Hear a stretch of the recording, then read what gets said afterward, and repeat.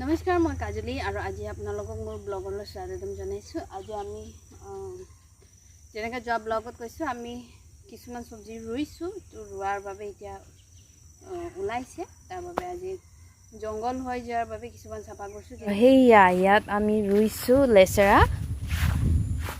এইটো চাওক লেচেৰা গছ। এইবিলাক চব লেচেৰা হয়।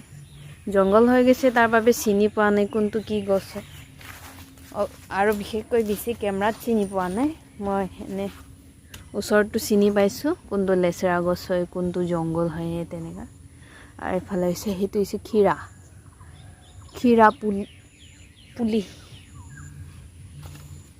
ক্ষীৰা গছো কেইবাটাও লগোৱা হৈছিলোঁ, কিন্তু কপালটো বিয়া, হাতটো বিয়া চাগে, সেইকাৰণে ইমান ওলোৱা নাই। তো এইটো ইয়াত 3জোপা গছ আছে, আৰু এই তাত সৰু মৰু এটা আছে, এইটো।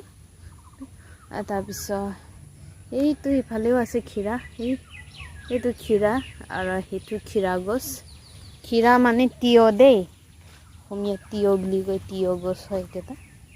এইটো চাওক, আৰু ইয়াততো এইকেইটা ভেন্দি ৰুইছিলোঁ, ভেন্দি চবখিনি ভেন্দি গছ হয়, ভেন্দি আৰু লাও। এইফালে ভাত কেৰেলা ৰুইছিলোঁ, এইবিলাক চব ভেন্দি। ফ্ৰেছ বিন, এইটো ফ্ৰেছ বিন হয়, মানে ফ্লাৱাৰ ওলাইছে ফ্ৰেছ বিন। এইটো ফ্ৰেছ বিন হয়, কিন্তু ভাঙি গ'ল, কি বৰষুণে ভাঙিলে নেকিহে ভাঙালে জানো। চাওক, আৰু এইফালে আৰু কিবা আছে, কি বুলি কয়, ভাত কেৰেলা।